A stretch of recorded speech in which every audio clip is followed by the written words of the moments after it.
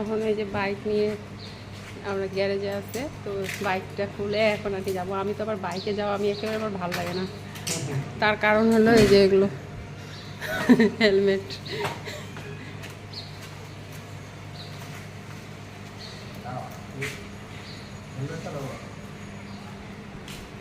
অন্ধকার হয়ে গেল মনে হচ্ছে, রোদটা নামে যাচ্ছে।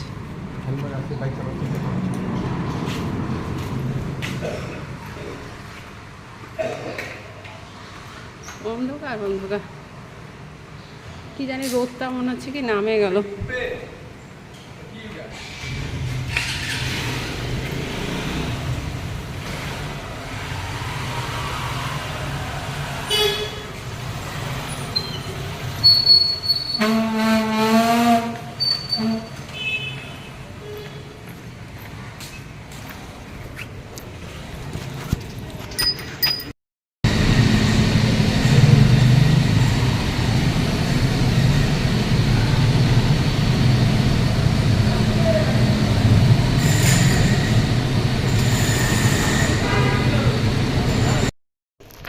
ইলিশ মাছ নিয়ে আসছিল, ভাবলাম ইলিশ মাছটা একটা রান্না করে, এই জন্য এখানে মাথায় রাখলাম লবণ হলুদ মরিচ দিয়ে।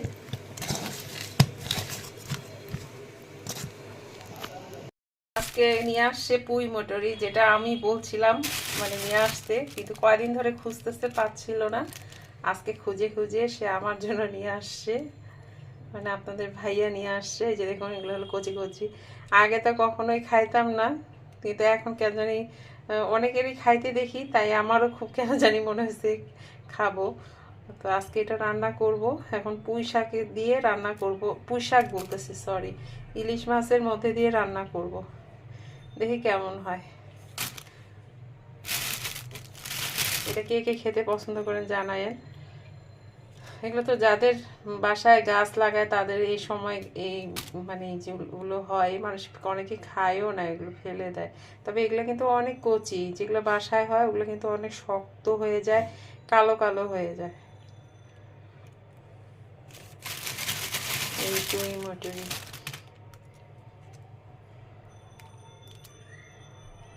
দেখুন, দেখতেই সুন্দর লাগতেছে। এতক্ষণ পর গ্যাসে রান্না করলাম, আর ইন্ডাকশন ওভেনটা কিনছি শুধু, কিন্তু রান্না করতেছি না, কারণ এখানেই হয়ে যাচ্ছে, একটু সময় বেশি লাগতেছে। কি খবর? তো রান্নাটা রান্না বান্না কতদূর? এই যে রান্না হয়ে গেল। তো চোহা দৌড়াচ্ছে, চোহা। আর করলাম কি ইলিশ রান্না মাছ, কি হয়ে এই যে গেছে? পুঁই মটরি দিয়ে ও রান্না মাই করলাম। গড! কি মুটরি? পুঁই মুটরি। ওয়াও, পুঁই মুটরি প্রথম খাবো, মানে ঢাকা শহরে প্রথম। আমি অনেক ছোট কালে একবার খাইছিলাম, আর আমি বলতে পারি না। আমি তো পছন্দই করতাম না, পুঁই কিন্তু মুটরি, আমার পুঁই মুটরি কালকে থেকে খালি লাগাইছে পুঁই মুটরি, পুঁই মুটরি। আজকে আমি অফিস থেকে নেমেই মানে ফার্ম গেটে এসেই খুঁজে খুঁজে খুঁজে তারপর দেখি যে এই পুঁই মুটরি। কি রে পুঁই মুটরি? আর পুঁই মুটরি খেতে কেমন লাগবে সেটা এখন দেখার বিষয়। তো হয়েছে, যাক, অবশেষে রান্না বান্না হলো, মাছ দিয়ে রান্না করলাম। খাওয়া দাওয়া এখন হবে, জমিয়ে খাবো এখন আমরা। তো ইলিশ মাসুম ভাইয়ের কি হয়েছে? সে বলে শীতের ভিতরে সে সোয়েটার টুয়েটার পরেনি, আমি তো বুঝলাম না। ও, আমি সকালবেলা তা সে এমনি বেড়াচ্ছিল, তো খালি সোয়েটার ছাড়া, তাই বললাম যে আপনাকে খুব হ্যান্ডসাম লাগতেছে, সেজন্যই সে মানে কি আর বলবো এই অবস্থা।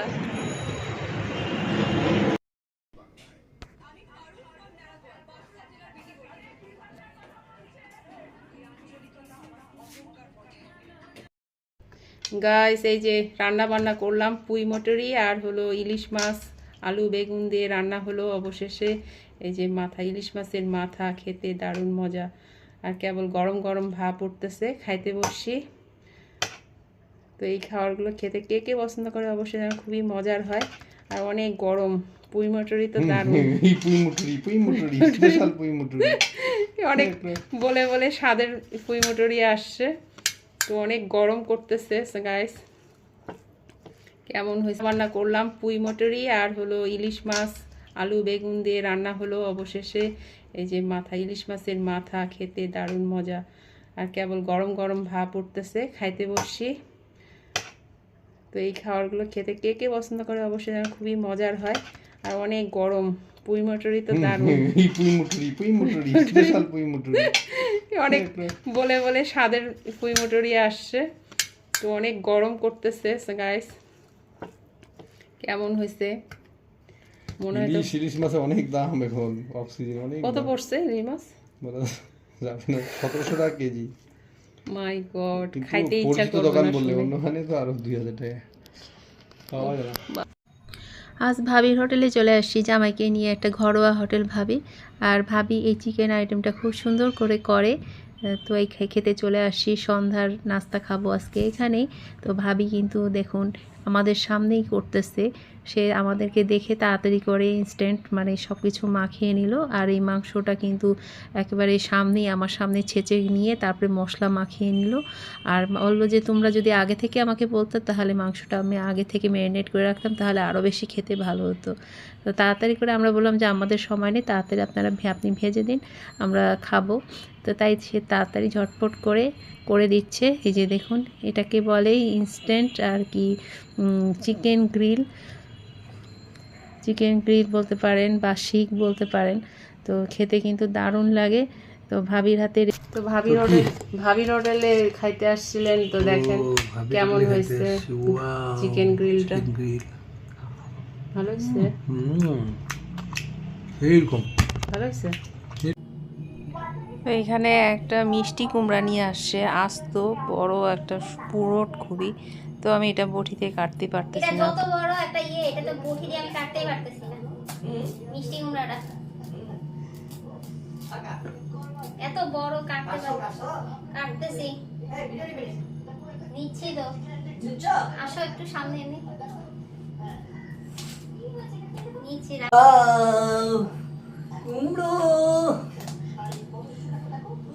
বাঙাল না বাবা, এই যে কুমড়ো, খেয়ে দেখাইছি কুমড়ো শক্ত খুব, মানে চারদিকে দিয়ে পুরোট হয়ে গেছে, মানে ভালো হবে মনে হচ্ছে। খেতে ভালো লাগে। তো অবশ্যই 2 ফালি করলাম, এখন আর কি কাটবো। মিষ্টি কুমড়া খাওয়া শরীরের জন্য ভালো, তো মিষ্টি কুমড়াটা খুব কম খাওয়া হয়। তো আমি মানে মনে হচ্ছে যে কি একটা বড় জিনিস কাটতেছি, এরকম একটা মানে আমার খুব মানে কষ্ট হচ্ছিল জিনিসটা কাটতে। আর আজকে আমি এভাবে কাটতেছি, বেশিরভাগ আমি না দাঁড়াই সবজি টবজি কাটি, কিন্তু এই মিষ্টি কুমড়াটা এত শক্ত, সেই জন্য আজকে ফ্লোরে বসেই কাটতে শুরু করছিলাম। আর সবজি এদিকে লাউ, অনেক কিছুই সবজি একসঙ্গে রান্না রাখা আছে।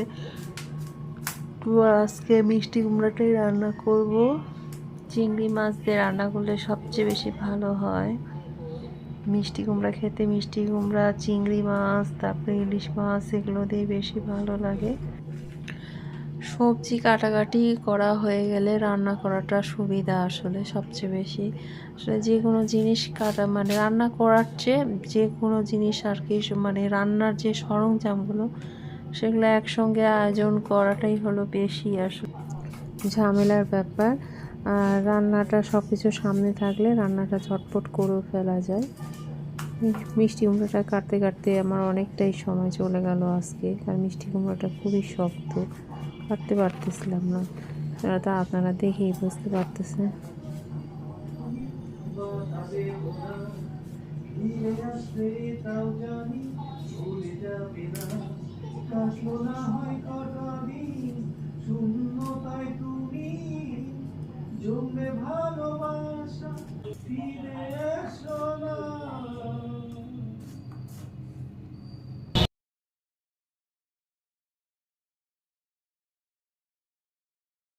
এত গাড়ি আর এত লোকজন, এই যে আড্ডাখানা, পার্ক সব পার্কে বসে আছে। দরজাটা এখন পার্ক বানায় ফেলেছে। এর আগের দিন বলছিলাম না, আজকে দেখাতে পারছি, সেদিন একটু হালকা ছিল না। পার্কে আসছো, এই যে পার্ক। তো আমরা এখন এন্ট্রি নেব। যাও